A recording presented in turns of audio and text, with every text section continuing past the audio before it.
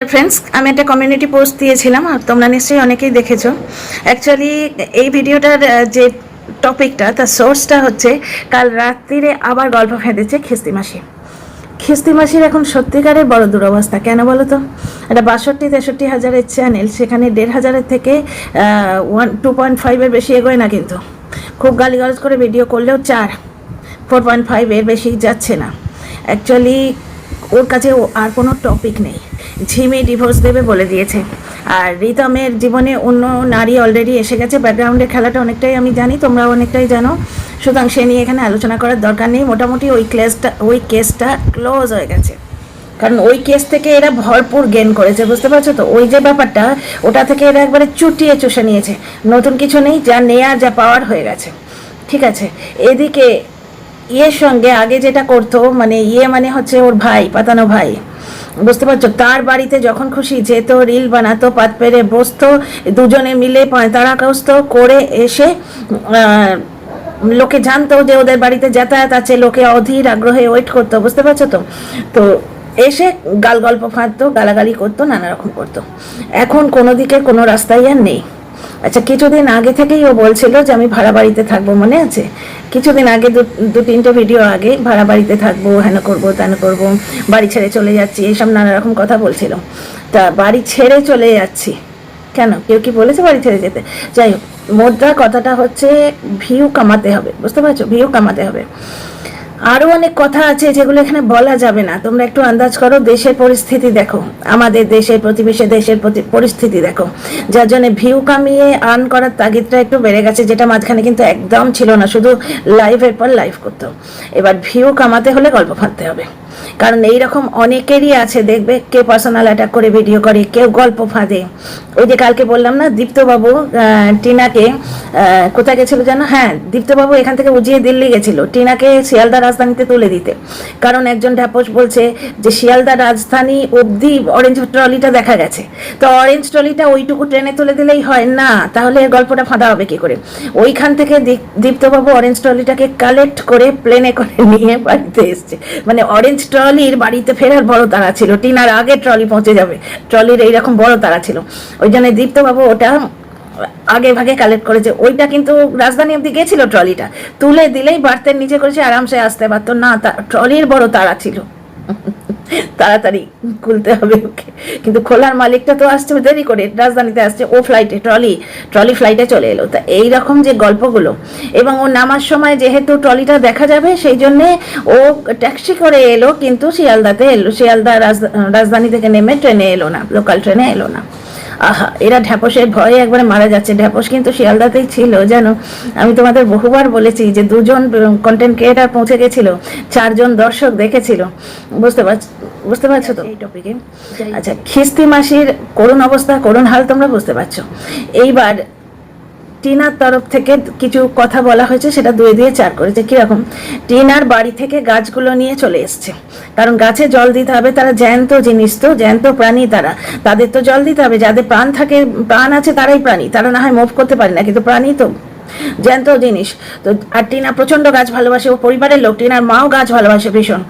তো ওদের বড় আদরের জিনিস, গাছ হচ্ছে ওদের বড় আদরের জিনিস। তো নিয়ে চলে এসছে, জল দিতে হবে। এইবার যেহেতু শুনছে যে টিনা গাছ নিয়ে চলে এসছে, সঙ্গে সঙ্গে মাথায় খনকেছে, তাহলে জিনিসপত্রগুলো নিশ্চয়ই অন্য কোথাও যাচ্ছে। ডেফিনেটলি সে তো বোঝাই যায়। ফ্ল্যাট যখন ছেড়ে দিয়েছে, অত জিনিস, এগুলো বাবার বাড়িতে আসেনি, আমরা দেখতেও পাচ্ছি বাবার বাড়িতে রাখারও জায়গা নেই। কোথায় রাখবে? তাহলে পুরো একটা ঘর ছেড়ে দিতে হয়। একটা খাট রয়েছে, তোমার রয়েছে, কি বলে, বিশাল বড় ফ্রিজ রয়েছে। দ্বিতীয় কথা হচ্ছে যে এগুলো একবার বাবার বাড়িতে আসবে, আবার সেখান থেকে ফ্ল্যাটে নিয়ে যাবে, জিনিসপত্রগুলো শিফটিংয়ে কি অবস্থা হবে বুঝতে পারছো, ওখান থেকে ওইটুকু হলেও।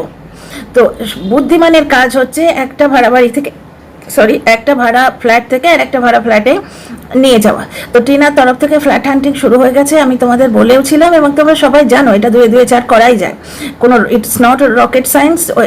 গাছগুলো এসে গেছে মানে টিনা ভেতর ফ্ল্যাট নেবার চেষ্টা করছে। এবার ভাড়া বাড়ির কথাটা ওর মাথায় ছিল। সে আমরা স্বপ্ন দেখি, তোমাদের মনে আছে? স্বপ্ন কি বলো তো? আমাদের মনের মধ্যে, অবচেতন মনে যেগুলো ঘোরে, সেইগুলোই স্বপ্নের আকারে কিন্তু বেরিয়ে আসে। দেখবে ছোটবেলায় যখন, আমি তো খুব হয় আমার সঙ্গে, আমি তো ক্লাস 7-এ, আমার ক্লাস 7-এর রেজাল্টটা হুবহু দেখেছিলাম স্বপ্নে। রেজাল্টের ঠিক আগের দিন এত অ্যাংজাইটি ছিল যে রেজাল্টটা পুরো দেখতাম। তখন আমাদের তো ডিজিটাল মিডিয়া এই সমস্ত ছিল না, আমাদের ওই বই হচ্ছে দুনিয়া, গল্পের মানে পড়ার বই অথবা গল্পের বই। সুতরাং রেজাল্টে 1 নাম্বার এদিক ওদিক হয়ে গেলে যেন মনে হচ্ছে যে তার জন্য প্রাণ দিতে পারি, এইরকম আমাদের যুগটা ছিল। সুতরাং ওই রেজাল্টের আগে কিন্তু আমরা রেজাল্টকে স্বপ্নে দেখতাম। দেখবে যা আমরা অবচেতন মনে ঘোরে আমাদের, যা আমরা ভাবতে থাকি দিনরাত, স্বপ্নে কিন্তু সেইটি প্রতিভাত হয়। এবার এর বাড়িতে এর একটা বিরাট কন্ট্রিবিউশন আছে, তোমরা বুঝতেই পারো। এটা বলতে হবে না, কারণ এদের একটা চশমার দোকান আছে, ও নিজেই বলেছে। সেই চশমার দোকানে ওর হাজব্যান্ড বসে এবং ওর ছেলে বসে। চশমার দোকানে এমন কিছু লালে লাল হয়ে যায় না, তাহলে এই যে বাড়িতে দুটো ঝি রাখা, রাখা, চাকর রাখা, মানে ডোমেস্টিক হেল্প রাখা, এই সমস্ত ব্যাপার স্যাপার। তারপর ওর হাজব্যান্ড অসুস্থ, ওর নিজেরও এই ঘোমটা দেওয়ার জন্য 2-3টে নতুন কিনেছে। তোমরা অনেকদিন আগে থেকেই বুঝতে পারছো, যেদিন থেকে ম্যাডাম বলে গেছে যে দোপাট্টা নিয়ে বসে ঘোমটা দেওয়ার টিকলি পরাও, তখন থেকেই শুরু হয়ে গেছে। তখন থেকেই 2-3টে নতুন দোপাট্টা কিনেছে, নিজের কিছু শপিং আছে। তো এর একটা হিউজ অ্যামাউন্ট অফ মানির এবার দরকার পড়েছে। আগে তো ভিউ তুলে কামানোর দরকার ছিল না, কিন্তু এখন দেশের অবস্থা টালমাটাল। আমার ইঙ্গিতটা তোমরা নিশ্চয়ই বুঝতেই পারছো। আচ্ছা, এর অবচেতন মনে এইবার ঘুরছে কি বলতো, এর বাড়িতে নিশ্চয়ই কোনো গন্ডগোল হচ্ছে। কারণ কিছুদিন আগেই বলেছিলাম যে আমি বাড়ি ছেড়ে চলে যাব, ভাড়া বাড়িতে চলে যাব। তার মানে কি আমরা আন্দাজ করতে পারি? বাড়ির মালিকের সঙ্গে কোনো প্রবলেম হচ্ছে, বাড়ির মালিক কে, হাজব্যান্ড, কিছু একটা প্রবলেম হচ্ছে বাড়িতে, হয়তো কেউ বলেছে। বা এই সমস্ত মেয়ে ছেলেদের তো অভিমান হয় না, যাদের মন থাকে তাদের অভিমান হয়। কেউ নিশ্চয়ই ডিরেক্টলি বলেছে যে তুমি চলে যাও, তাই ও ভাড়া বাড়ির কথা খুঁজছে, মানে ভাড়া বাড়ির কথাটা ওর মনে ঘুরপাক খাচ্ছে। সেইটি ওর গল্পতে বেরিয়ে এসছে যে টিনা ভাড়া বাড়ি নিচ্ছে। কারণ কি, গল্পটাকে বিশ্বাসযোগ্য বানাতে গেলে এমন একটা খবর বলতে হবে যেটা তোমরা জানো না। কারণ টিনা একটা ফ্ল্যাট থেকে আর একটা ফ্ল্যাটে উঠে যাবে, এটা তো স্বাভাবিক ব্যাপার। ওই ফ্ল্যাটে ওর পোষায়নি, বাড়িওয়ালার বড্ড কেচ্ছা কাহিনী, বুঝতে পারছো তো।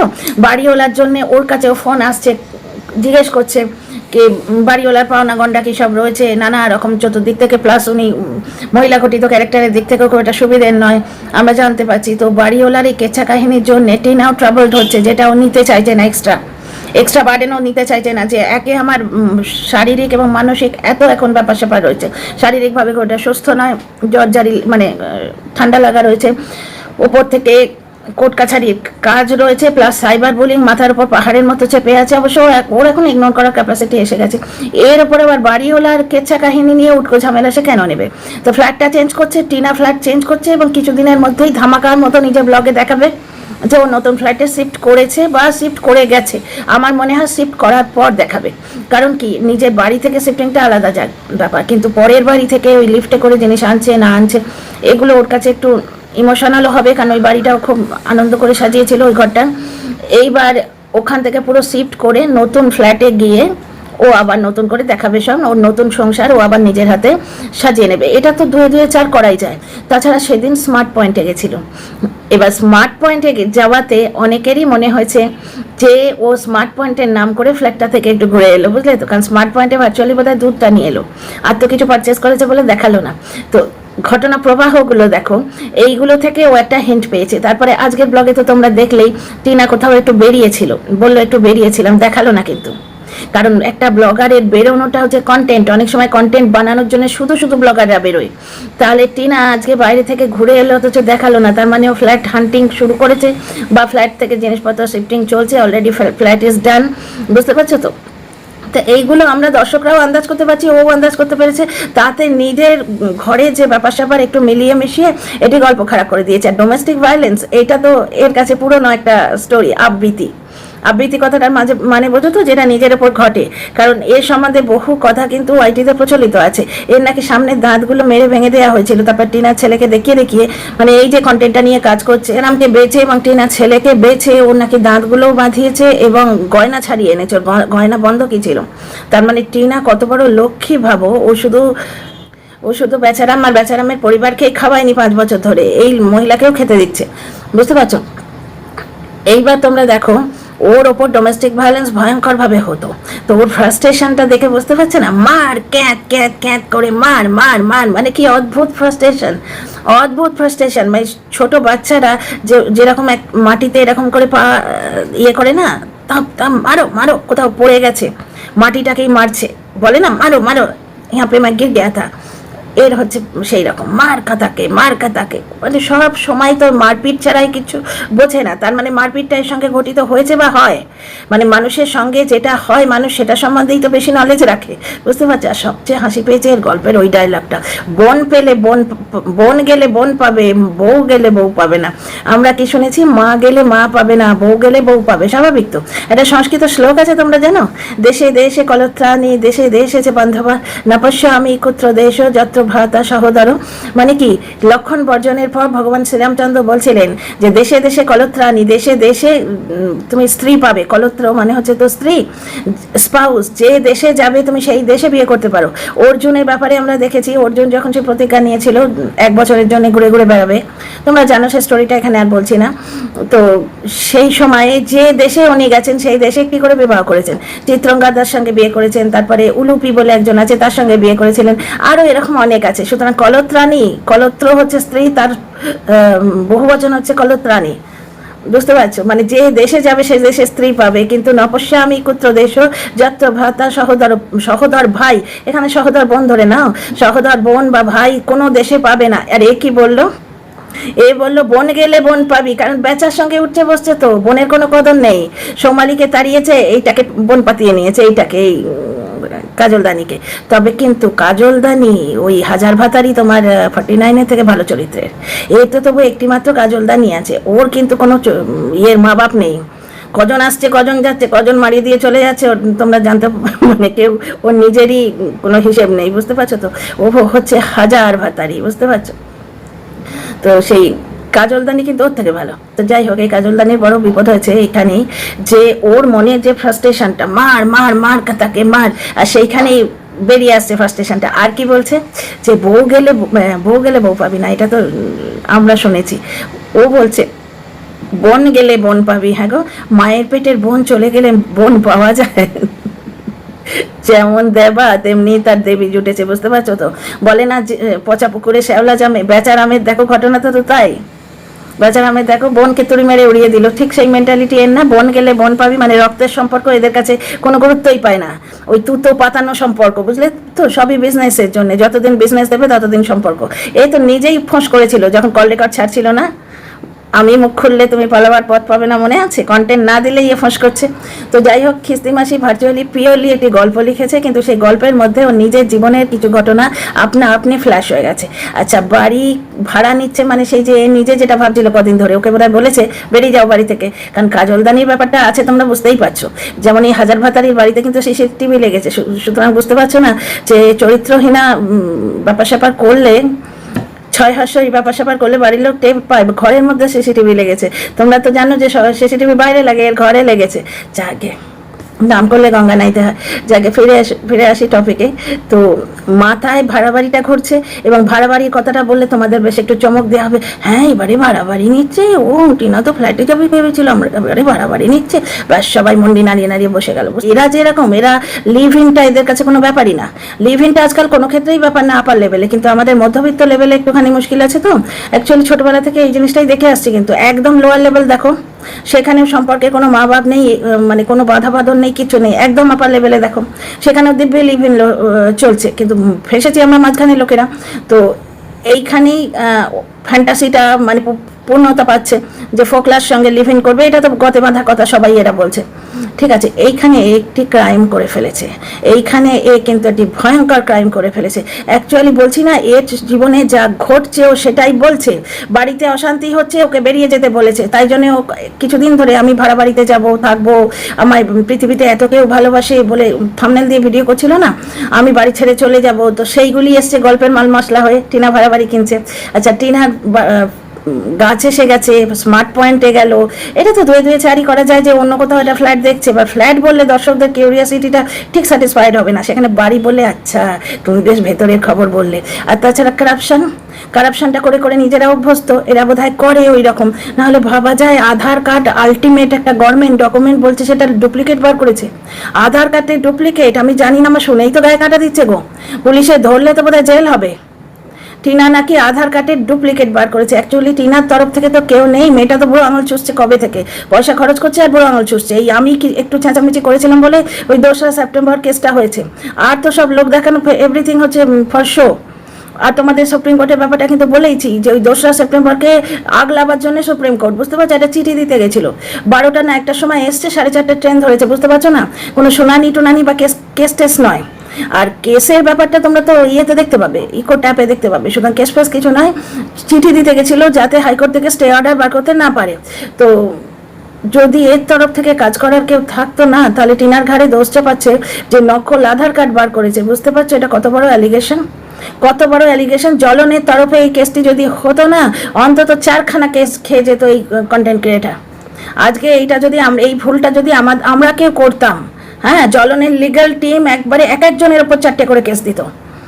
বুঝতে পারছো, অ্যাকচুয়ালি এরা আছে ভীষণ পাকে। তোমরা একটা জিনিস দেখো, ওদিকে ঝিমি প্রীতম থেকে যা নেবার নেওয়া হয়ে গেছে, ওরা এখন সবকিছু দিয়ে তুলে কাঙাল হয়ে নতুন করে শুরু করেছে, ওখানে আর কিছু নেয়ার নেই। ইন্দিরা হচ্ছে সব থেকে ইন্টেলিজেন্ট, আমার ভাই বেশ ভালো লেগেছে ব্যাপারটা। মানে কি বলে, নেহেলে পে দেহেলা, তুমি কেস করো করো করে উস্কে দিয়ে ছেড়ে দিলে কেসটা করতে তো আমাকে হবে, তাই না? তো যাই হোক, ইন্দিরা বেশ একটা সজোরে পেন নাম ঠুকেছে, পেন নাম ঠুকে পাতলিগুলি পকড়ে চলে গেছে। ইন্দিরার দিকটা গেল, উত্তক্ত করা গেল না ইন্দিরাকে নিয়ে কাউকে। তো বাকি রইল টিনা, টিনা ছাড়া গতি নেই। এবার টিনার কথা নর্মালি বললে আর ভিউ হচ্ছে না, সুতরাং এটা আশারই গল্প ফাঁদতে হবে, কারণ এই 18K 19K ভিউতে অভ্যস্ত হয়ে গেছে। সেটা তখনই হয়েছিল যখন সেই টিনাকে মারধর করেছে, আমাদের কাছে প্রমাণ আছে বলেছিল না, তখন হয়েছে। এইবার তখন আমি বলেছিলাম না যে এইটা থেকে জেল হতে পারে, তখন সেই ভিডিওটা নাকি প্রাইভেট করেছে। আমি জানি না অবশ্য, আমি এর এত খোঁজ রাখি না, দর্শক বন্ধুরা বলছেন ভিডিওটা নাকি প্রাইভেট করে দিয়েছে। বুঝতে পারছো, এখানেও কিন্তু টিনা চেপে ধরলে এই ভিডিওটা ওকে প্রাইভেট করতে হতো, কিন্তু চেপে ধরবে কে? কারণ দেখো, টিনার নামে অ্যালিগেশন দিচ্ছে ও ফলস আধার কার্ড বানিয়েছে। ফলস আধার কার্ড কি জিনিস বলো তো? আমাদের ছোটবেলায় ভোটার আইডি বলো, হ্যাঁ বলো, ভোটার আইডিও তো এই 18 বছরের পরে। এই যখন আমার মনে আছে, আমি প্রথম যখন জব পাই, মাইনেটা হাতে তো দেয় না, ব্যাংকে ট্রান্সফার করে দেয়। তো ব্যাংকের ওই খাতা খোলার জন্য, অ্যাকাউন্ট খোলার জন্য ডকুমেন্ট চাইতো, তো সেখানে রেসিডেন্সিয়াল প্রুফ দিতে হতো। বুঝতে পারছো তো? এবং রেসিডেন্সিয়াল প্রুফ হিসেবে কি দিতাম জানো তো? গ্যাসের বইয়ের যে ফার্স্ট পেজটা, গ্যাস কানেকশন যেটা, তখন তো পিএনজি ছিল না, এলপিজি গ্যাসের কানেকশনের বইটার ফার্স্ট পেজটা। এখন কিন্তু সমস্ত প্রবলেম সলভ হয়ে গেছে এই একটি আধার কার্ড। যেখানেই যাও তুমি, স্কুল কলেজে অ্যাডমিশন বলো, ব্যাংকের খাতা খোলা বলো, বা তোমার একটা নতুন সিম নেওয়া বলো, এক আধার কার্ডে আমাদের সমস্ত মুশকিল আসান করে দিচ্ছে। তাহলে বুঝছো আধার কার্ডের কত গুরুত্ব। সেই জিনিসটা যদি কেউ ডুপ্লিকেট করে, সেইটা অ্যালিগেশন লাগাচ্ছে টিনার ওপর, এটা ভয়ঙ্কর অ্যালিগেশন। টিনার তরফে যদি কাজ করার মানুষ থাকতো, তাহলে কিন্তু এটা কেস ঠকতো ওর ওপর। তো চলো, বোঝাতে পারলাম। কিন্তু বটম লাইনটা এটাই হচ্ছে ডিয়ার ফ্রেন্ডস, এই ব্যাপারটি পুরোপুরি গল্প, একটা আষাঢ়ে গল্প। মানে ঠাকুমার ঝুলির নাম শুনেছো তো, এটা খিস্তি মাসির ঝুলি। এইরকম গল্প মাঝে মাঝে ট্রাই করবে, বুঝতে পারছো? কিন্তু ওই নিজের ঘটনাগুলো বলে ফেলে তো, যার জন্যেই ও আইনের ফাঁদে পড়ে। কারণ পুরোপুরি ইলিগাল কাজকর্ম তার মানে করতে অভ্যস্ত। ভাবতে পারো, কই আমাদের মাথা থেকে তো বের হয় না ফলস আধার কার্ড, কারাপশানের ব্যাপার ট্যাপারগুলো একবারে গুলে খেয়েছে। কিরম ভাবে বললো, এখন তো সব জায়গায় সব করা যায়। ভাবতে পারো টিনা কখনো তাই করে? যার পেছনে এইভাবে ফেউ লেগে আছে, তার অপোজিটের লোকেরা পেঁচানি নিয়ে ঘুরছে, তাদের পেছনে ফেউটেও কেউ লাগাবে না, কিন্তু এর পেছনে কন্টিনিউ ফেউ লেগে আছে। এবং নতুন যেখানে যাবে সেখানেও যাবে পেছন পেছন, এবং খবরও পেয়ে যাবে, ভয় নেই।